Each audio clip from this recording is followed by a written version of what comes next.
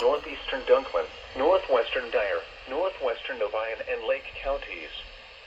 At 7:34 a.m., severe thunderstorms were located along a line extending from near Tiptonville to near Burdett, moving southeast at 60 miles per hour.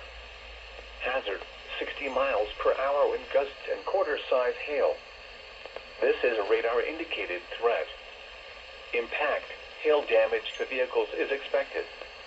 Expect wind damage to roofs, siding, and trees.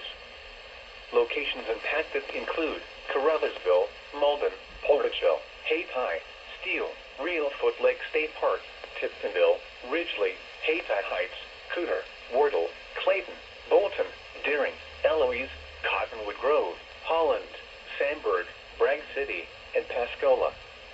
Repeating, a severe thunderstorm warning remains in effect until 7:45 a.m. for the following county: Dunklin, Missouri, and Obion, Tennessee.